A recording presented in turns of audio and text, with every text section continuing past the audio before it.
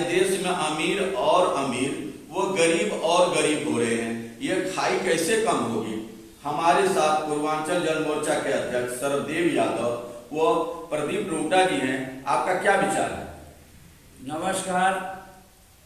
देखिए, हमारे प्रधानमंत्री जी जब आए थे तो बोले थे कि भैया गरीबी मिटा देंगे, नौजवानों को 2 करोड़ रोज जो है हर साल देंगे। लेकिन उसका विपरीत हुआ। विपरीत ये हुआ कि 2 करोड़ नौकरी तो नहीं मिली, लेकिन 2 करोड़ लोग बेरोजगार जरूर हुए।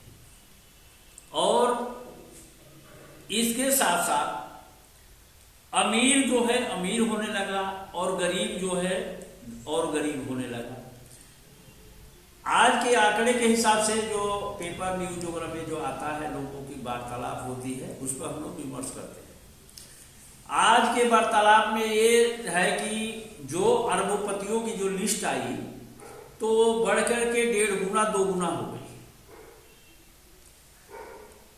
तो और जो विदेशों में जो पैसा काला धन था, जिसके बहुत ढोल बजा करके बताया गया था कि भाई विदेशों में जो है काला धन जो है वो जमा है, उसको ला देंगे।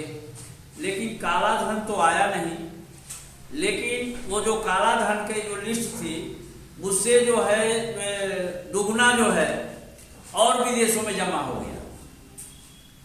वो इतना जमा हो गया कि पैसा तो जो आना था वो तो आया नहीं, लेकिन वो जो जमा हो गया वो जमा इतना हो गया कि उसका कोई रिकॉर्ड नहीं है। तो इस विषय में जो है बहुत ही सोचने लायक है। किसानों की आय दुगनी, नौजवानों को रोजगार, तो न किसानों की जो है आय दुगनी हुई, न नौजवानों को नौकरी मिली, बल्कि बड़े बड़े उद्योग बंद कर दिए गए और बड़ी बड़ी फैक्ट्रियां, बड़े बड़े जो ये जो है कंपनियां, बड़े बड़े उद्योगपतियों को वापस चली गई, बेच दी गई। अच्छा, बेचने के ये हुआ कि कंपनियां बंद हुई और लोग जो है 2 करोड़ बेरोजगार हर साल हो गए। ये तो आपस में जो है हम लोगों की जो है प्रधानमंत्री जी की ये बात थी और लोग जो इसमें बड़ा खुश थे कि एक हमारे बहुत ही ईमानदार प्रधानमंत्री जी आ रहे हैं, हमारे देश का भला होगा। लेकिन हुआ उसका विपरीत, उल्टा। लोग सोचने पर मजबूर हो गए और जो ये था कि भैया रुपया का जो है मूल्य जो है घटता है जिस देश का, उसकी साख घटती है। तो वो 55-60 के करीब था डॉलर के हिसाब से, 80 पर पहुंच गया। तो हमारे देश की साख तो बढ़ी नहीं, देश की साख तो घट गई। पेट्रोल जहां 60-65 रुपया था, आज 100 रुपये से ऊपर पहुंच रहा है। तो इस तरह से गरीब का कोई भी रास्ता नहीं निकल रहा है कि वो क्या करे, उसको कुछ सोचने में समझ नहीं आ रही है।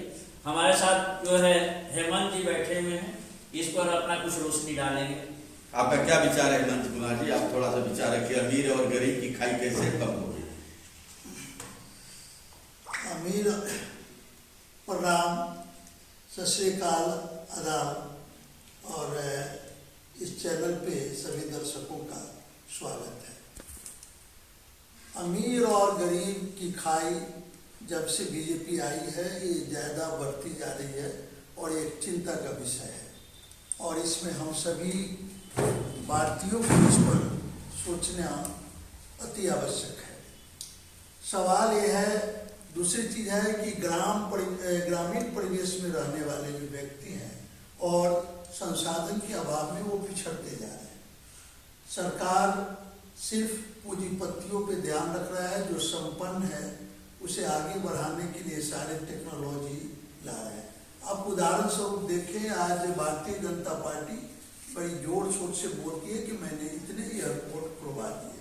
बहुत अच्छी बात है, एयरपोर्ट खुले हैं, इसमें देश के गौरव का सवाल है और खुश होना चाहिए। लेकिन सबसे बड़ा सवाल इसमें है, इसमें कितने लोग सफ़र करते हैं।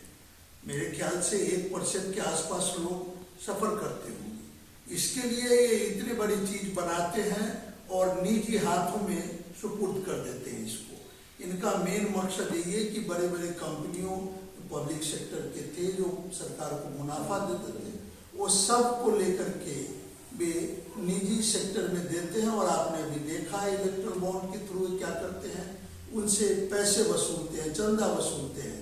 और चंदा देने के डर से बहुत सारे कंपनियां विदेशों में भाग गई, और जो विदेशों में गई वो फिर वापस आने का नाम नहीं लेता है। अच्छा, एक बात और है, ये सरकारी संस्थाएं जितनी भी सरकार ने प्राइवेट कंपनियों को दिया, ये लगभग चंदा ही उगाने के लिए दिया था क्या? आप इस पर आप लोगों का क्या विचार है? बिल्कुल अवध जी, आप सही कह रहे हैं। ये चंदा उगाही का एक नया तरीका जब से बीजेपी आई है ना, इसने शुरू किया है। और इसमें इन्होंने ईडी के थ्रू और अन्य सरकारी संस्थाओं के थ्रू इस कंपनियों के ऊपर दबाव डाला और उन्होंने इससे चंदा उगाही की। और चंदा उगाही का हैरानी तो आप सबसे बड़ी बात ये इसमें आप नोटिस करेंगे कि पहले जब ये चंदा उगाही होता था, पहले भी चंदा देती थी कंपनी, लेकिन अपने प्रॉफिट का वो कुछ परसेंट देती थी। आज दुर्भाग्य है इस देश का कि वो परसेंटेज तो छोड़ो, अपने मुनाफे से भी कई गुना ज्यादा चंदा दे रही है। दे रही है वो सरकारी संस्थाओं की दर से। अब इससे दो चीजें खड़ी हो गई कि जो गरीब वर्ग नौकरी, जिसके बच्चे पढ़ लिख के आप एक बीटेक करते हैं, करीब 14 से 15 लाख रुपए के आसपास खर्च हो जाता है। अब उनको नौकरी कहाँ से मिलेगी? कंपनियां नौकरी कहाँ से देगी? कंपनियां तो अपने पैसे मुनाफे से भी ज्यादा इनको चंदा में दे रही है, तो फिर उन नौजवानों को नौकरी कहाँ से देगी और फिर उसके लिए पैसे कहाँ से आएंगे?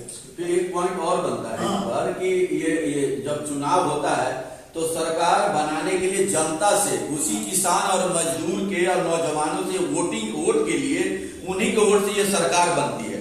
तो फिर इसमें विरोधाभास नजर नहीं आ रहा है? नहीं, पूरी तरह से विरोधाभास है। आप देखिए, चुनाव के समय आते हैं तो फिर 2000 रुपये, 6000 रुपये, 3000 रुपये उनके अकाउंट में भेज देते हैं, क्योंकि चंदा के थ्रू इतने पैसे जमा कर चुके हैं। और यदि ये वाकई में ईमानदार होते गरीब जनता के लिए, तो जितने 135-40 करोड़ के आसपास देश की जनता है और इनके जो आमदनी है करीब वो 600 करोड़ के आसपास है, तो ये कम से कम ये पैसे जो हैं ये 2-2 करोड़ सबके अकाउंट में दे दे, समझिए। तो ये सारी बातें हैं, विषमताओं का कारण है। अब इस पर जितना भी कहें वो कम ही होगा। और फिर अब इसको खत्म करूंगा और दर्शकों को धन्यवाद। बहुत बहुत धन्यवाद आप लोगों का विचार, और इसको ज्यादा से ज्यादा लाइक करिए। धन्यवाद।